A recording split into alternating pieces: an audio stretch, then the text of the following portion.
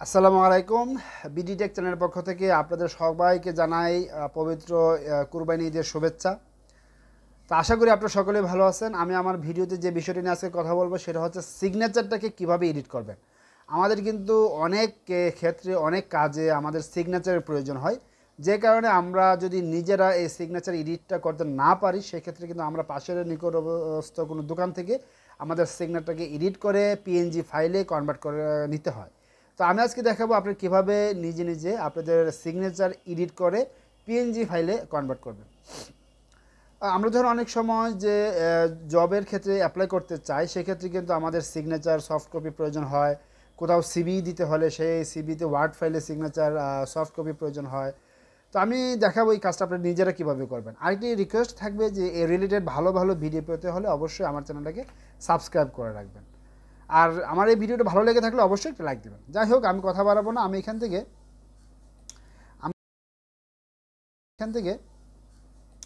আমি আমার ফটোশপটা ডেস্কটপ থেকে আমার ফটোশপ ওপেন করব। ফটোশপ ওপেন করে আমি ফাইল অপশন থেকে ওপেনে চলে যাব। ওপেন থেকে আমি আমার যে সিগনেচারটাকে এডিট করব সেই সিগনেচারটা আমি এখান থেকে সিলেক্ট করে দেবো। ওকে, তো আমি আমার এই সিগনেচারটাকে আমি এডিট করব। এখন কিভাবে এডিট করব, আমি প্রথমে এটি ক্রপ করে নেই। ক্রপ করার সময় আপনারা খুব বেশি স্পেস রাখবেন না, কারণ হচ্ছে সিগনেচারটার জন্য ঠিক যতটুকু স্পেস প্রয়োজন ডান বাম এবং উপর নিচ থেকে ঠিক ততটুকুই আপনি জায়গা রাখবেন। হ্যাঁ, তো আমি আমার সিগনেচারটাকে ক্রপ করে ফেললাম। ক্রপ হয়ে গেল। এখন আমি মূলত আমার এই সিগনেচারটাকে এডিট করব। আর সবসময় চেষ্টা করবেন একটি হোয়াইট ব্যাকগ্রাউন্ড অথবা একটি ব্ল্যাক ব্যাকগ্রাউন্ড, মানে একটি এক কালার ব্যাকগ্রাউন্ডে আপনারা সিগনেচারটি দেওয়ার চেষ্টা করবেন। হ্যাঁ, তারপর আমি এখান থেকে উপর যে একদম উপর থেকে ইমেজ অপশন আছে সেই ইমেজ থেকে আমি অ্যাডজাস্টমেন্টে চলে যাব। আমি আবার দেখাচ্ছি যে উপর যে ইমেজ অপশন আছে ইমেজ থেকে আমি অ্যাডজাস্টমেন্টে চলে যাব। অ্যাডজাস্টমেন্ট অপশন থেকে লেভেলস যে অপশনটা, আমি এই লেভেলস অপশনে চলে যাব। লেভেলস অপশন আসার পর যেহেতু আমার ব্যাকগ্রাউন্ডটা একটু ডার্ক মনে হচ্ছে, সেক্ষেত্রে আমি কি করব, এটাকে একটু হোয়াইট ব্রাইটনেসটা বাড়িয়ে দেবো। আর যেহেতু আমার সিগনেচারের যে বল পেনের যে কালিটা, সেই কালিটা একটু অস্পষ্ট লাগতেছে, সেক্ষেত্রে আমি এখান থেকে বাম দিক থেকে একটু টান দিয়ে এটাকে একটু ক্লিয়ার করে নিব। আমার সিগনেচারটা ক্লিয়ার হয়ে গেল। ওকে, আমি এখান থেকে ওকে দিয়ে দিব। তো মোটামুটি আমার সিগনেচার এবং ব্যাকগ্রাউন্ডটা কি অ্যাডজাস্টমেন্ট হয়ে গেল। এখন আমি কি করব, আমি এখান থেকে উপরে যে সিলেক্ট যে অপশনটা আছে এই সিলেক্ট থেকে আমি আবার দেখাচ্ছি ইমেজ লেয়ার টাইপ সিলেক্ট, এই সিলেক্ট অপশন থেকে কালার রেঞ্জে চলে যাব। কালার রেঞ্জে যাওয়ার পর দেখুন আমার এখানে কিন্তু গ্রে স্কেল নামক যে অপশন চলে আসছে। আপনাদের কিন্তু এটা আসবে না, আপনাদের আসবে নান। নান অপশনটা আপনাদের ক্ষেত্রে আসবে। আপনাদের ক্ষেত্রে এরকম আসবে। আমার যেহেতু সেটিং করা ছিল যে ক্ষেত্রে, সে কারণে আমার এরকম চলে আসছিলো। তা আপনাদের কিন্তু এখন আমার যে অপশনটা বা পেজটা যেমন আসছে ঠিক এমন থাকবে। তা আপনি কী করবেন, এই যে ব্যাকগ্রাউন্ড যে হোয়াইট অপশনটা, এই হোয়াইটে ব্যাকগ্রাউন্ডে একটা ক্লিক করবেন। ক্লিক করার পর এই যেখানে সিলেকশন প্রিভিউ অপশন আছে, এখানে নান অপশন আছে, নান থেকে গ্রে স্কেল করে দেবেন। গ্রে স্কেল করার পর এখানে যে ডান পাশে ইনভার্ট নামক যে অপশনটা আছে এই চেকমার্ক দিয়ে দেবেন। দেওয়ার পর এখান থেকে ওকে দেবেন।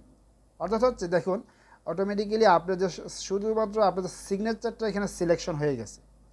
এখন কি করবেন, এই আমাদের যে লেয়ার, এটা কিন্তু একটা লেয়ার। হ্যাঁ, এই লেয়ারটাকে আমরা অ্যাডজাস্ট করব। লেয়ার অ্যাডজাস্টমেন্ট করতে গেলে আমাদেরকে এই যে নিচে এই ডান পাশের নিচে এই যে দেখুন যে ডান পাশের নিচের যে ক্যামেরার মতো যে একটা অপশন আছে, এই অপশনের পাশে একটা অপশন আছে দেখুন অ্যাডজাস্টমেন্ট লেয়ার। এই অ্যাডজাস্টমেন্ট লেয়ারে আমরা ক্লিক করব। ক্লিক করার পরে এখান থেকে আমরা সলিড কালার চলে যাব। সলিড। এখন বিদেশ বা বাহিরে, বাংলাদেশের বাহিরে ফরেন কান্ট্রিতে কিন্তু অধিকাংশ বা অনেক সময় কিন্তু সিগনেচার রেড কালার ইউজ করে থাকে। আপনি চাইলে রেড কালার দিতে পারেন, আবার চাইলে এখান থেকে ব্ল্যাক কালারও দিতে পারেন। আপনি আপনার সুবিধা মতো আপনার সিগনেচারটাকে এখান থেকে কালার অপশনটা সিলেক্ট করে দেবেন। যেমন আমি এখান থেকে আমার ব্ল্যাক কালারটা চুজ করতেছি।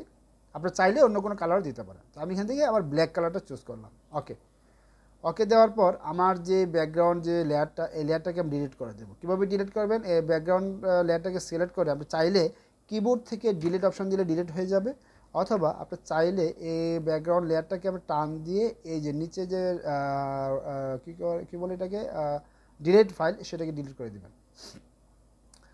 রিসাইকেল বিন যে অপশনটা এখানে এসে ডিলিট করে দেবেন। যাই হোক, তো আমার ডিলিট হয়ে গেল। এখন অর্থাৎ হচ্ছে আমার শুধু সিগনেচারটা ছাড়া দেখুন, শুধুমাত্র আমার সিগনেচার ছাড়া আমার কিন্তু ব্যাকগ্রাউন্ডে আর কোনো কালার নেই।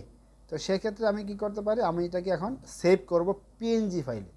এখন আমি ফাইল অপশনে যাব, ফাইল অপশনে গিয়ে এখানে সেভ এজ অপশন আছে, সেই সেভ এজ অপশনে ক্লিক করব। এখানে কিন্তু বাই ডিফল্ট ফটোশপ পিডিএফ ফাইলে চলে আসছে। আপনি এটা সেভ করবেন কিসে? জেপিজিতে অবশ্যই সেভ করবেন না, আপনি অবশ্যই সেভ করবেন কিসে? আপনি সেভ করবেন এখানে পিএনজিতে। পিএনজি ফাইলটা একটু খুঁজে নেবেন। এই যে আমি পেয়ে গেছি পিএনজি। পিএনজি ফাইলে আমি সিলেক্ট করে দিলাম। আমি এবং ফাইলটার নাম দিয়ে দিই, সিগনেচার 1 দিয়ে দিলাম। ওকে, আমার ফাইলটি সেভ হয়ে গেল পিএনজি আকারে। এখন আমি দেখাবো আপনি কীভাবে এটা ব্যবহার করবেন। আমি এখান থেকে কোথায় আমার এই হচ্ছে আমার ফাইল, এই ফাইলটাকে আমি কপি করে নিলাম Ctrl+C দিয়ে, এখান থেকে আমি ওয়ার্ড ফাইলটা ওপেন করে নিলাম, করার পর আমি এখানে পেস্ট করে দিলাম। ওকে, এই যে দেখুন আমার এখানে কিন্তু কি ফাইলটা অলরেডি পেস্ট হয়ে গেছে। আমার সিগনেচারটা কত সুন্দরভাবে আমি চাইলে আমি যে কোনোভাবে এটা এখানে ইউজ করতে পারি। দেখুন আমি চাইলে আমি এখানে কিন্তু এই লেখার উপরে আমি বসাতে পারি, আমি চাইলে এই লাইনের উপরেও আমি বসাতে পারি। লাইনের উপরে বসার জন্য আমি এখান থেকে অনেকগুলো অপশন আছে, অনেকগুলো অপশন থেকে ইন ফ্রন্ট অফ টেক্সট দিয়ে দেবো। ইন ফ্রন্ট অফ টেক্সট দেওয়ার পর আমি চাইলে এটা খুব সহজে আমি আমার লেখার উপরে বসাইতে পারি। এটা আপনাদের সুবিধা মতো বসাবেন। ওকে, আমি এটাকে আরেকটু চাইলে বড় করতে পারি বা চাইলে একটু ছোটও করতে পারি। এভাবে আপনারা অবশ্যই আপনাদের ডকুমেন্টে আপনাদের সিগনেচারটা ব্যবহার করবেন। যদি আমার ভিডিওটা ভালো লেগে থাকে অবশ্যই একটি লাইক দিয়ে যাবেন, না হলে ইউটিউব বুঝবে না যে আমার ভিডিওটা আপনাদের উপকারে আসতেছে কিনা।